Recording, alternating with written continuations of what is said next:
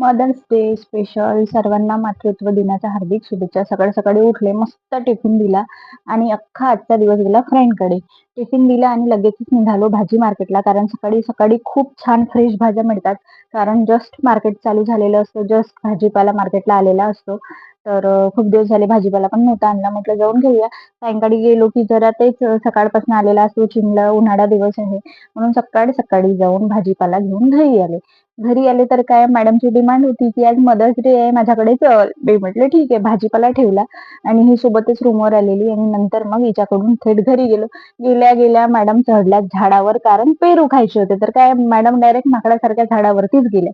पेरू काढले, छान मस्त धुवून वगैरे घेतले आणि इथे यायचं स्पेशल कारण म्हणजे ब्रेड पकोडे. काल मॅडमनी ब्रेड पकोडे बनवलेले. मला बोलली ये, पण मी काही गेले नाही कारण मला काल राशन आणायला जायचं होतं. तर तिनं माझ्या हिश्श्याचे माझ्यासाठी ठेवलेले होते. छान ब्रेड पकोडे झाले. तेवढेच काय कमी तर उत्तप्पा पण बनवून दिला. तेवढंच काय कमी तर आलू बोंडे जे आपण म्हणतो ते पण बनवलं. म्हणजे थोडं थोडं सगळंच एकदम असं टेस्टी सगळं रेडी करून ठेवलं होतं. छान मस्त सगळा नाश्ता बनवून घेतला आणि आरामात निवांत दोघीनं पण नाश्ता केला. नाश्ता काय इतका टेस्टी, सर्व गुण संपन्न मुलगी आहे आमची, काहीच कमी नाही आमच्या मुलीमध्ये. छान असा मस्त चटणी बिटणी आणि 2-3 तास गप्पा केल्या, जरा झोप घेतली. उठले आणि मग बोलली चाय घेते. मी म्हटलं नाही, कुठे उन्हाळा दिवस आहे, चाय कोकम सरबत घेतलं आणि मस्त असा दिवसाचा एंड करून घरी आले. घरी आले तर काय, सगळा पसारा जसा तसा, कारण राशन वगैरे काही भरलं नव्हतं.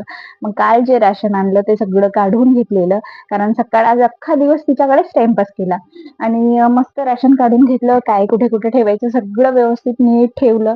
त्याच्यानंतर सकाळी भाजीपाला सुद्धा घरी आलेला. मग काय फ्रीज सफा करून भाजीपाला पण ठेवायला घेतला. मस्त भाजीपाला वगैरे ठेवून घेतला. सगळं राशन वगैरे भरलं, घर जरा क्लीन केलं आणि असा मस्त दिवस गेला. प्रत्येकाच्या आयुष्यात एकतरी अशी एडी मैत्रीण असावी